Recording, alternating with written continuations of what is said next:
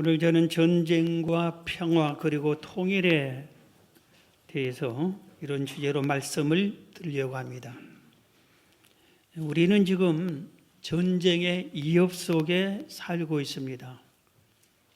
우리는 계속 이런 일을 겪다 보니까 무감각해졌지만 세상 밖에, 우리나라 밖에서는 이상하게 여길 정도로 곧 전쟁이 일어날 것 같은 이런 나라에 우리가 살고 있습니다. 6.25 한국 전쟁은 아직 전쟁이 끝난 것이 아닙니다. 지금부터 70년 전에 1953년 7월 27일에 우리 잠깐 전쟁을 휴전하자 하고 이렇게 휴전하고 멈춰 놓은 상태가 지금까지 이렇게 진행되고 있습니다. 그렇기 때문에 언제 쳐들어올지 모르니까 휴전선 부근의 북쪽도 우리 남쪽도 계속해서 긴장하면서 밤낮 나라를 지키고 있습니다. 내일부터는 한미연합훈련, 쌍용훈련이 시작이 된다고 합니다. 2주 동안.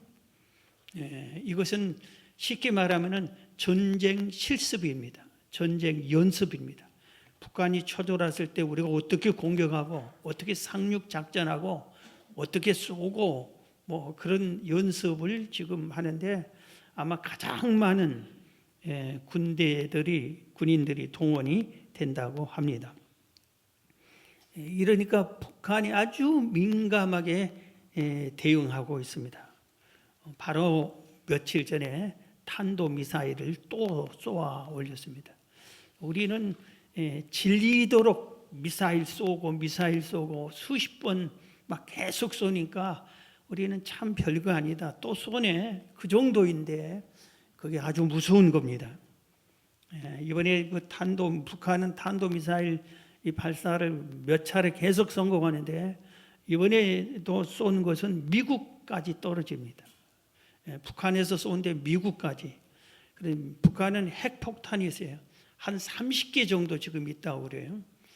우리는 30개가 별거 아닌 것 같은데 여러분 일본 히로시마 나사카키 거기 하나에 핵폭탄 하나 터뜨렸어요. 하나씩. 그런데 그 두 도시가 재가 되고 말았어요. 일본이 항복하고 말았습니다. 이게 한 30개나 있는데 한 6년 후쯤 되면 200개가 넘는 핵폭탄을 북한이 소유하게 될 걸로 추측을 하고 있습니다. 이 탄도미사일에다 핵을 딱 장착시켜서 붕 쏘면은 어디든지 가서 핵폭탄이 날아가서 팡팡 터뜨린다 이겁니다. 우리나라는 이 탄도미사일 소용이 없어요. 아주 작은 미사일 쏴도 제주도까지. 그래서 지금 북한에서는 서울 수도권이 아니라 전국에 있는 공군기지, 철도, 병원, 그냥 학교니 동네마다 다 미사일을 조준해 놓고 있을 겁니다.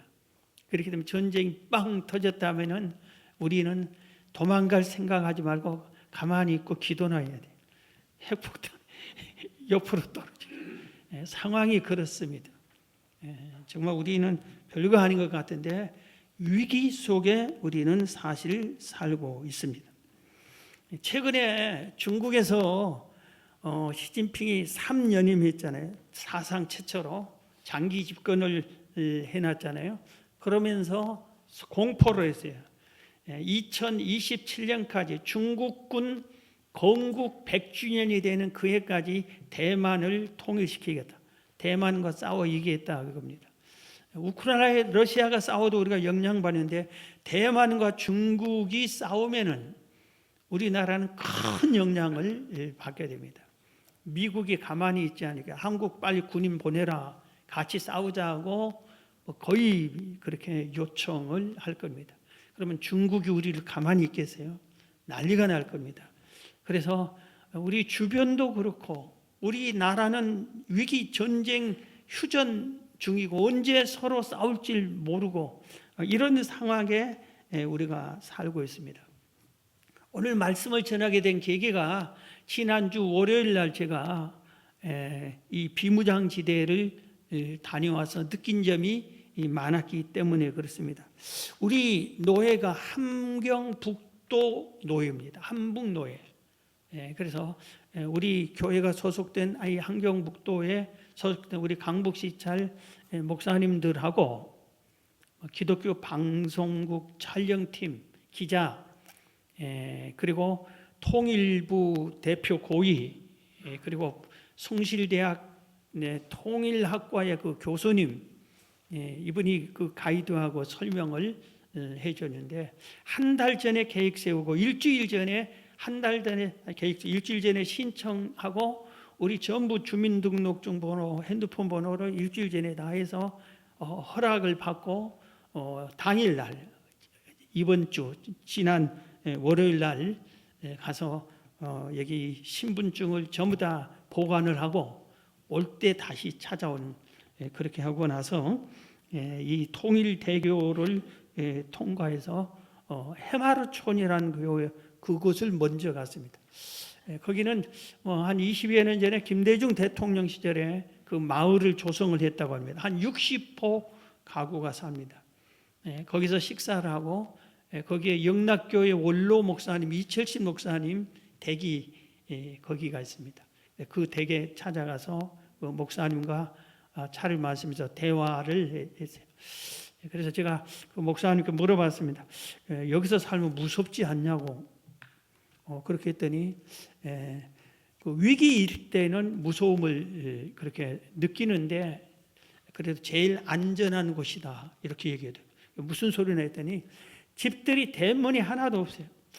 하루에 2번씩 군인들이 시찰을 하고 경찰차가 시찰을 우리가 잠깐 걸어갔는데도 경찰차가 이렇게 빙 돌더라고요. 이렇게 해주니까 늘 그 군인과 경찰이 지켜주니까 안전하다. 집집마다 태극기를 다 365일 다 달아놓고 그래서 여기 외지인이 들어갈 수도 없지만 누가 와서 길을 걸어간다면 온 동네 사람이 저 사람 누군지 당장 신고를 한대. 그래서 뭐 거기 안전하다 이런 식으로. 거기 간 목적이 우리가 송악기도처라고 하는 그 가서 거기서 예배드리고 기도하기 위해서 통일을 위해서 우리 나라를 위해서 기도하기 위해서 갔는데 송악기도처라고 왜 송악을 했냐면 북한의 개성공단의 뒷산이 송악산인데 바로 환히 이렇게 보입니다.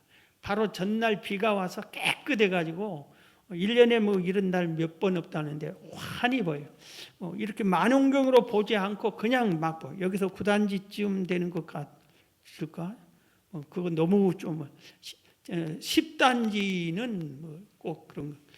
그 전도 거리에 개성공단이 그대로 보입니다. 언덕에 송악기독처가 있는데 이 송악기독처는 영락교회에서 허락을 받아서 영락교회가 이 기도처 예배당을 조그만하게 이렇게 세워놔서 아무도 들어갈 수가 없는데 일주일에 한 달에 한 번씩 영락기도에 돌아가면서 통일 위에 기도하러 거기 신고하고 거기 와서 기도하고 통일 기도하는 사람들이 허락해 주면은 거기서 그 기도를 한답니다. 그래서 이철신 그 원로 목사님이 우리를 데리고 거기 가서 거기서 기도를 했는데 우리 개성공단 박근혜 대통령 때 문을 닫았잖아요. 우리가 스스로 닫아버렸죠. 그럴 때 거기에 김여정이 화가 나가지고 개성공단 연락사무소를 폭파해버렸잖아요. 그 폭파한 건물이 그대로 있습니다. 그대로 눈에 훤히 보이게 저게 그 건물이라고. 너무나 가까워서 제가 깜짝 놀랐습니다. 그곳에서 우리가 나라의 실정을 이렇게 다 들었어요. 거기에서 같이 갔던 현재 북평양에서 선교하고 계신 선교사님 한 분,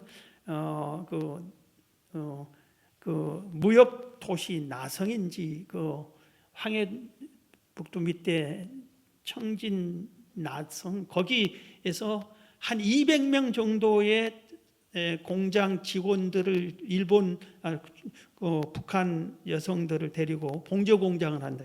이 목사님, 이 선교사님. 거기는 선교사라 아니고 그 사장님으로 해가지고 거기서. 그런데 그 공장을 세울 때 가서 뭐 우리끼리는 가서 우리는 내가 믿는 하나님께 기도한다. 이건 허락받고 이렇게 전도도 안 되지만 이 공장에 들어올 때 먼저 교육을 시켜가지고 오기 때문에 전도도 아직 않고 해도 안 된다고 그래요. 저 사람들이 온 것은 선교하러 온다, 전도하러 온다. 그런데 하나님은 없다. 신은 이런 식으로 교육을 다 시켜가지고 공장 교육 받은 사람은 거기 들어온대. 그래서 전도도 않고 그냥 우리 예수 믿는 사람끼리 열심히 사랑을 베풀고 나누어주고 성경대로 살고 이렇게 빛대로 사는 모습을 보고 그들이 자꾸 접근해서 복음 마음문을 열고 그런다고 그러더라고요. 이 선교사님들이 선교 보고를 또 이렇게 듣는데 북한 실정에 대해서 너무 여러 가지를 잘 들을 수가 있었습니다. 나중에 이제 통일촌으로 갔어요. 여기는 박정희 대통령 시절에 그 마을을 만들었다. 거기 통일촌에 교회가 하나 있고 해마루촌에도 최근에 교회가 하나 세워졌는데 통일촌에 세워진 교회는 우리 교단의 통일촌 교회라고 북한 선교회에서 충영교회 김창일 목사님 시절에 거기다 세웠다고 합니다. 거기서 우리가 또 같이 기도하고 JS 부대 정부대 정문 앞에서 남북 출입국 사무소 거기를 정문을 바라보고 그 앞길 도로를 통과해 가지고 나중에 이제 신분증을 받고 하루 종일 거기 있다가 이렇게 내려왔습니다. 송악기도처에서 우리가 통일을 위해서 기도하고 아주 오랜만에 태국기를 다 한 20명 정도 됐는데 태국기를 들으면서 우리의 소원은 통일, 이 통일을 이렇게 외치는 기도를 하고 그 노래도 부르고 그러면서 정말 우리나라가 전쟁이 일어나지 않아야 되겠다, 이런 그 간절함을 가지고 왔습니다. 우리가 성경에 보면은 수많은 전쟁이 일어나고 있어요. 오늘 본문도 전쟁 중에 있는 사건 중입니다. 그런데 우리가 성경에서 주는 전쟁과 우리 역사의 전쟁이 주는 교훈이 같습니다. 전쟁이 주는 교훈, 전쟁은 피해가 크다 이겁니다. 어떻든 전쟁이 일어나면은 그 나라는 피해가 큽니다. 이긴 나라도 피해가 아주 크고 진 나라는 말할 것도 없이 그 후유증이 아주 계속 이어지는 것입니다. 아주 지면은 비참하게 됩니다. 재산 잃고 목숨 잃고 사랑하는 가족 잃고 또 살아있는 사람끼리 가족끼리 생이별을 하게 되고 정신적인 피해, 건강 피해, 재물 피해, 이거 상상할 수 없는 많은 피해를 봅니다. 오늘 본문에 블레셋 대군이 이스라엘을 쳐들어왔습니다. 양쪽 군대가 서로 진치고 쳐다보고 있습니다. 계속해서 블레셋 대군의 골리앗이라고 하는 거인이 있어요. 키가 3m가 됩니다. 그리고 온 몸을 무장을 했습니다. 그리고 긴 창을 들었습니다. 그러면서 시위를 하면서 계속해서 나와 싸우자. 싸워서 내가 이기면 너희들이 우리 종이 되고 내가 지면 우리가 너희들 종이 될게, 이렇게 얘기합니다. 오늘 본문 사무엘상 17장 8절 9절 보면은 그가 서서 이스라엘 군대를 향하여 외쳐 이르되 너희가 어찌하여 나와서 전열을 벌였느냐? 나는 블레셋 사람이 아니면 너희는 사울의 신복이 아니냐? 너희는 한 사람을 택하여 내게로 내려 보내라. 그가 나와 싸워서 나를 죽이면 우리가 너희의 종이 되고 만일 내가 이겨 그를 죽이면 너희가 우리의 종이 되어 우리를 섬길 것이니라. 이 말이 간단한 것 같은데 내가 싸워 이기면은 너희들 전체를 뭘로 만들겠다? 종으로 만들겠다. 종, 노예로 만들겠다 이겁니다. 우리는 노예를 구경한 적도 없어요. 노예 생활을 경험해 본 적도 없어요. 종이 뭔지를 우리는 잘 모르는 시대에 살고 있어요. 우리는 직장에서 상사에게 순종해야 된다? 그런데 그렇습니까? 상사 기분 나쁘고 내 가기 싫으면 그냥 나 이 회사 그만 집어치워 그만둘 거야 하고 그냥 사원복 집어 던져버리고 나오면 되는 거예요. 그런데 노예가 나 노예하기 싫어 그럴 수 있습니까? 종이 자유가 있습니까? 인생 끝나는 것이 비참한, 차라리 생명이 끝나는 것이 낫지 종의 삶이 가장 피해가 크다 이겁니다. 그런데 종으로 삼겠다, 전쟁에 치면은 종이 되겠다 그겁니다. 열왕기상 20장에서도 아람 군대가 이스라엘 수도를 포위합니다. 그러면서 그 왕에게 이런 말을 합니다. 너의 나라의 은금은 전부 내 것이다. 네가 거느린 아내들 전부 내 것이다. 네 자녀들 전부 내 것이다. 그럽니다. 거기서 싸워보지도 못하고 이스라엘 왕이 가져가세요. 그렇게 하는, 처음에는 그렇게 굴종하는 그런 장면이 거기서 나옵니다.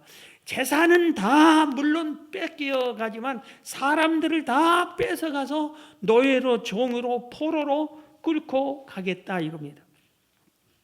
전쟁에서 패하면 모든 것을 잃게 됩니다. 우리나라가 남북한이 싸운다, 모든 걸 잃습니다. 어느 쪽이 이겨도 다 우리는 후진국 중에 후진국으로 떨어질 수밖에 없습니다. 지금 여기서는 이 옛날 전쟁에 1대1로 싸우고 창칼로 싸우지만 지금은 이런 전쟁이 아니잖아요. 지금은 뭐 핵전쟁이 핵전쟁. 핵폭탄이 서울에 떨어지면 서울이 재가 되는 거예요. 서울이 되는 거예요. 부산에 떨어지면 부산이 불바다가 되는 거예요. 핵전쟁을 지금은 준비를 하고 이렇게 하고 있는 겁니다.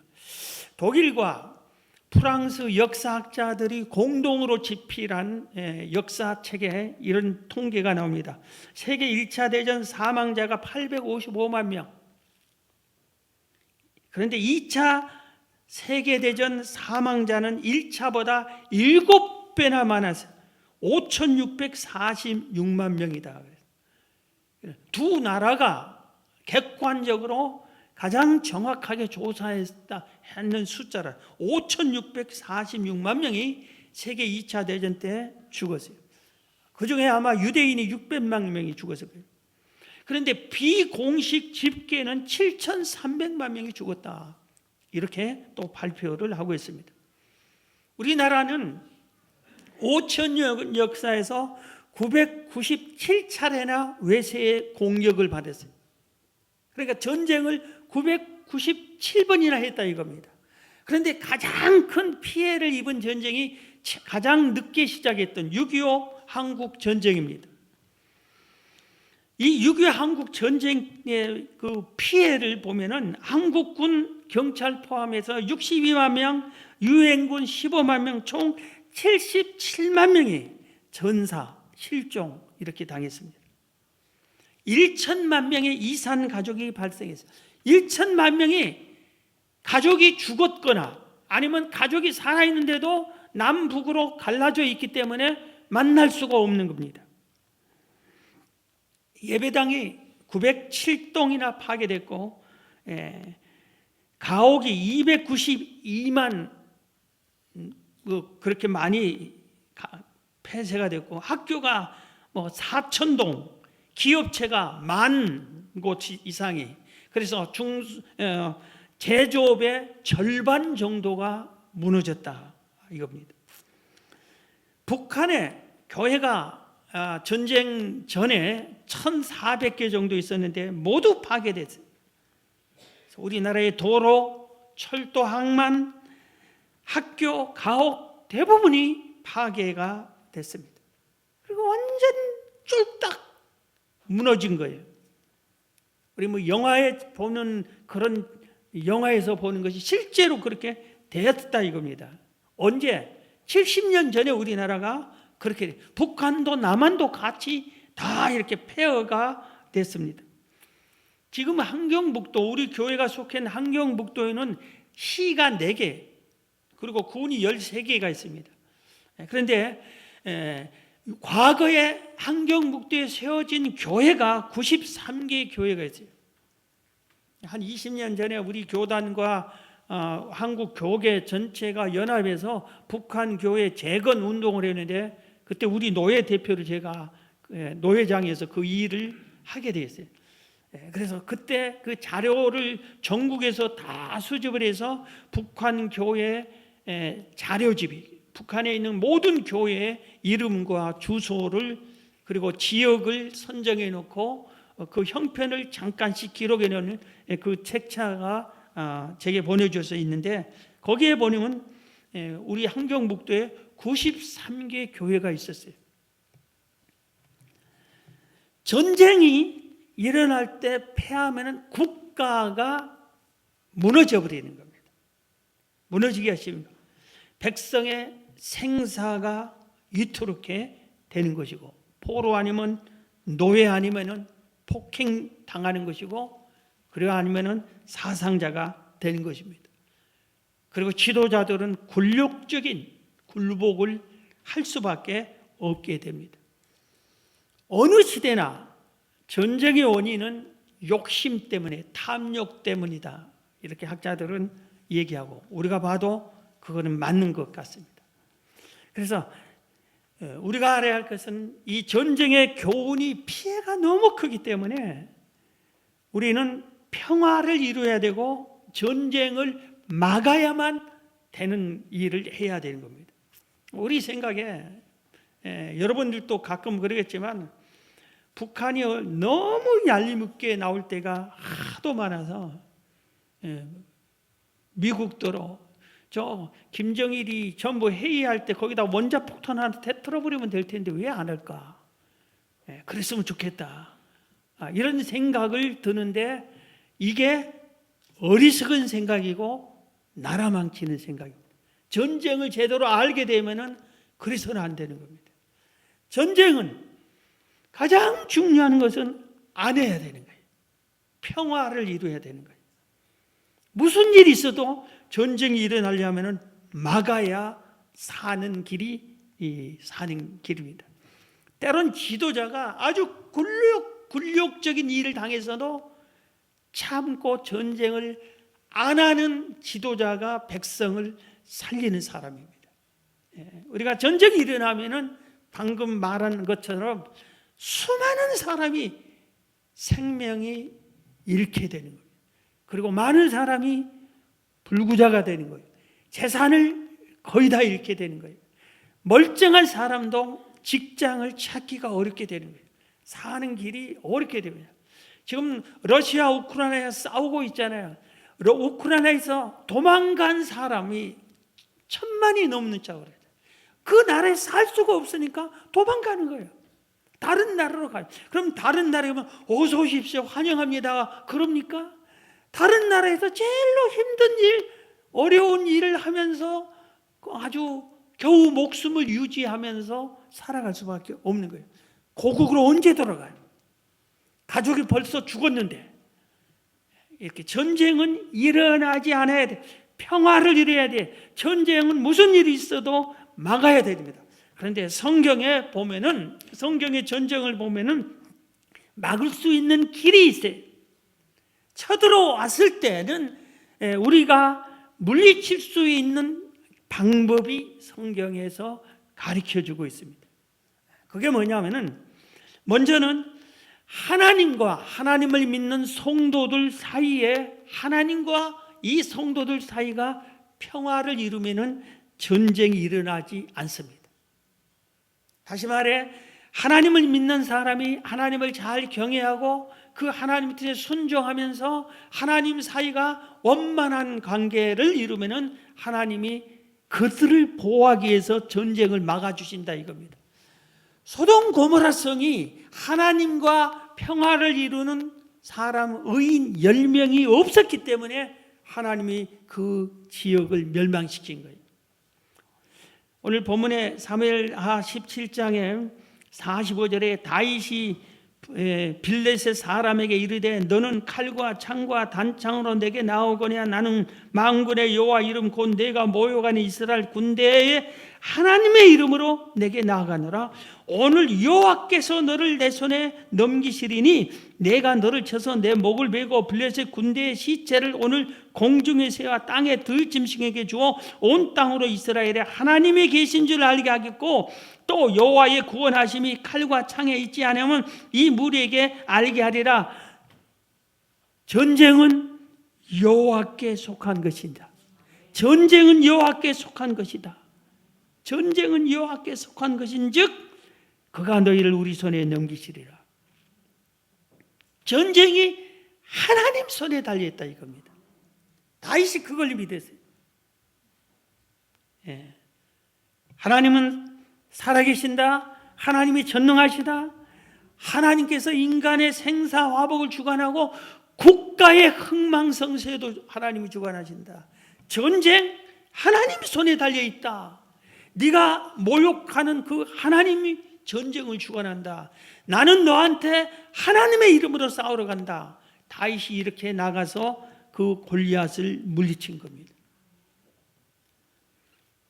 하나님께 택한 민족이 성경에 보면은 하나님을 떠나고 버릴 때, 그리고 하나님이 선지자를 통해서 돌아오라 회개하라 할 때 돌아오지 않을 때 하나님께서 전쟁을 통해서 그 나라를 혼냅니다.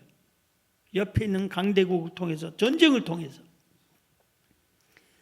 우리가 약해도 하나님과 관계가 바르고 늘 함께하고 여호와를 바르게 경외하고 그러면 하나님이 쳐들어왔던 적도 하나님이 물리쳐 주세요. 그래서 때로는 천사 한 명을 보내서 수십만 적군을 물리칠 수도 있고 군대 전체를 눈이 멀게 해가지고 그들을 혼내서 내보내기도 하고 하나님이 지키시면 됩니다. 전쟁은 누구에게 속해 있다? 하나님께 속해 있다. 우리가 그걸 굳게 다윗처럼 믿어야 되는 겁니다. 그래서 우리가 하나님 사이에 원만하면 하나님이 나를 살리기 위해서, 우리를 살리기 위해서 전쟁을 막아주신 거예요. 그 다음에 이래야 할 교회가, 이래야 할 성도들이 자기들끼리 싸우지 않고 평화로워야 되는데, 평화를 이루면은, 교회끼리 평화를 이루면은 전쟁을 또 막아주는데, 그렇지 않으면은 하나님께서 무너뜨립니다. 성경 속의 종교 지도자들이 바른 신앙으로 백성들을 이끌어갈 때 하나님께서 그들을 지켜주었어요. 한국 교회사도 전쟁과 교회의 화합과 연결이 되어 있어요. 교회사의 모든 사람들이 그렇게 말하고 있습니다. 해방 후에 우리가 36년 일제 압박 속에 살다가 해방이 됐어요. 그러니까 교회들도 세워지기 시작했어요. 회복이 되는 겁니다.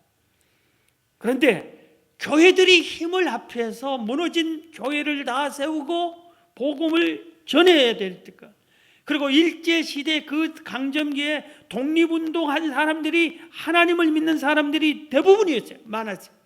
만세운동 기독교인들이 중심이 돼서 했어요. 그러니까 교회를 세워서 그들을 키워서 한국을 복음화해야 되는데 그러지 못했습니다. 자기들끼리 싸웠어요. 뭘로 싸웠냐?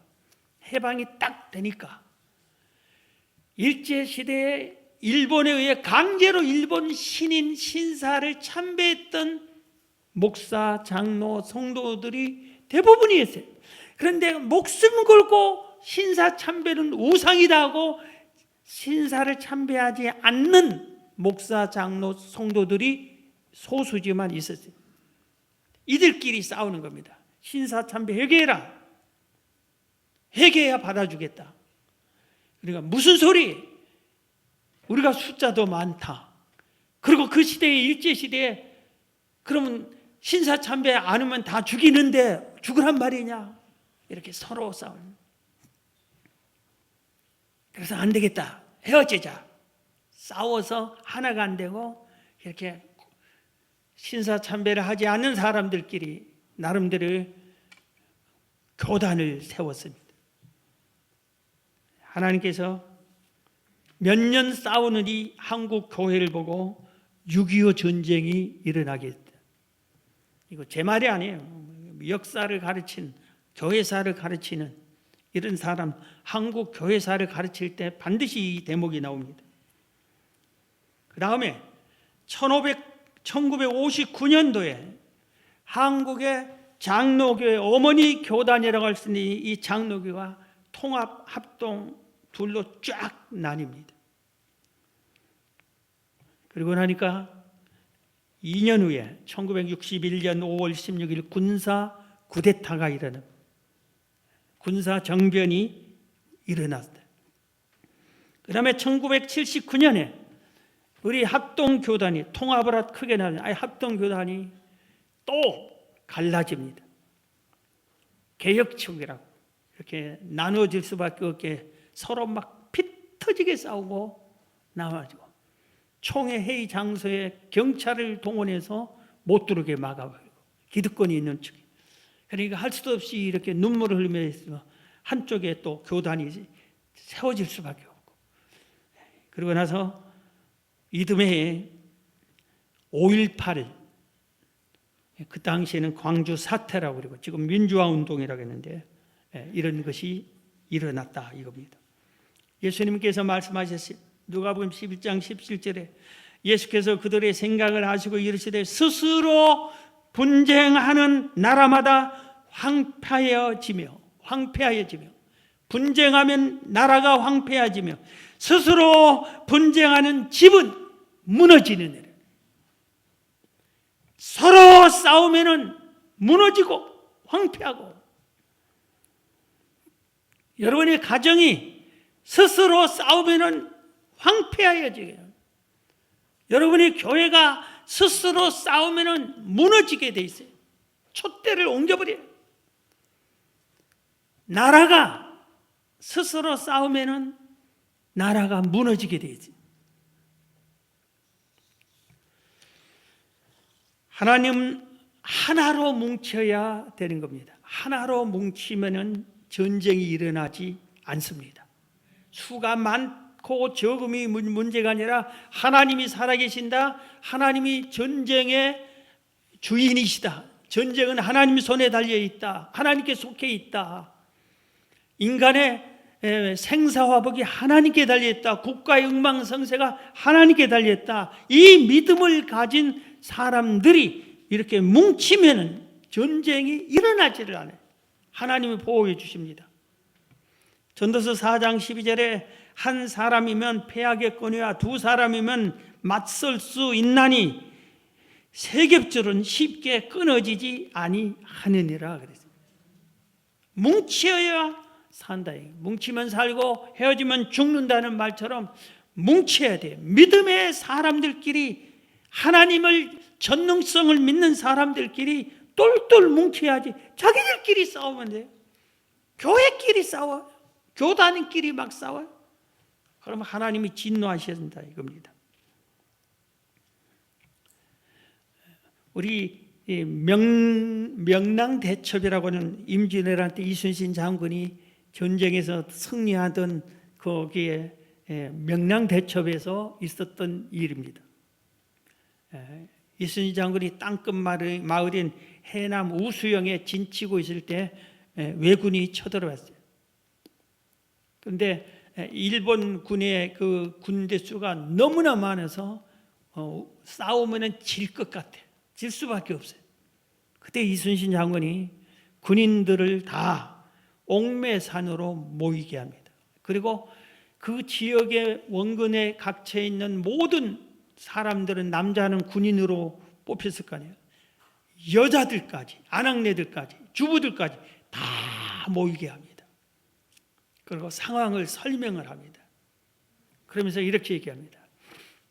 여러분, 우리가 뭉치면 삽니다. 그러니 우리 아녀자들도 전부 다 남장을 하십시오. 남자 옷을 입으십시오.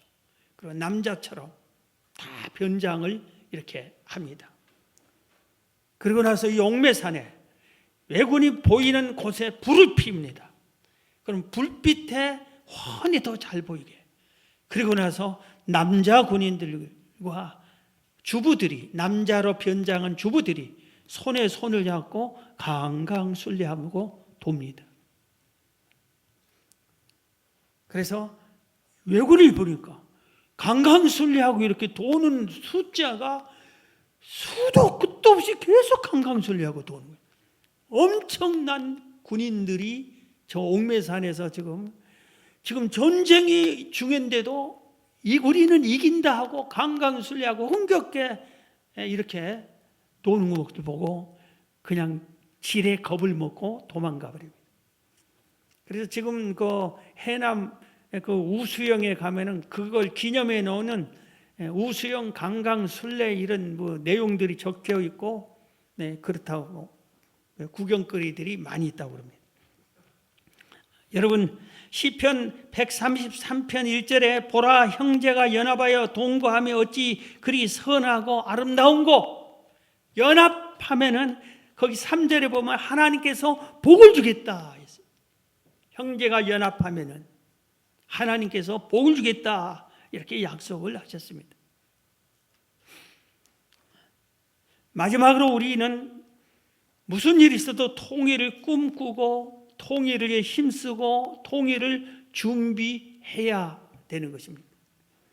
우리 청소년 정책연구원에서 조사하니까 청소년 30%가 통일 필요 없다.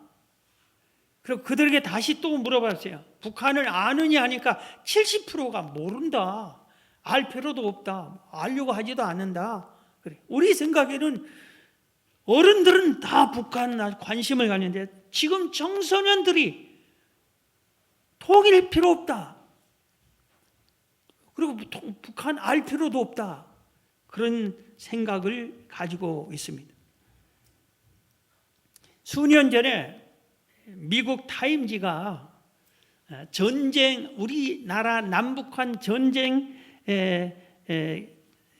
이 시뮬레이션을 하는 것을 조사를 그걸 발표를 한 적이 있습니다.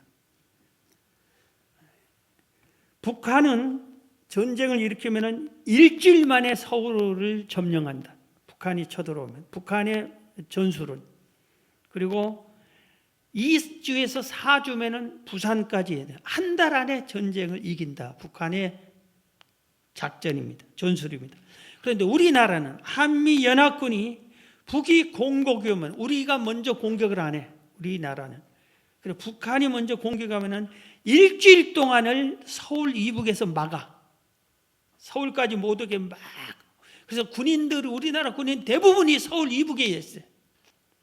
예. 그래서 막 싸우다가 일주일을 버티면은 나중에 힘을 모아서 3, 4개월 안에 통일을 시킨다. 이렇게. 그런데 지금은 이 작전 아무것도 아닙니다. 이거는 휴지예요. 지금은 핵폭탄이 왔다 갔다 하기 때문에 누가 먼저 핵을 쏘느냐? 그러면 쏘고 맞고 가만히 있어야 같이 쏘고 같이 죽는 것이에요.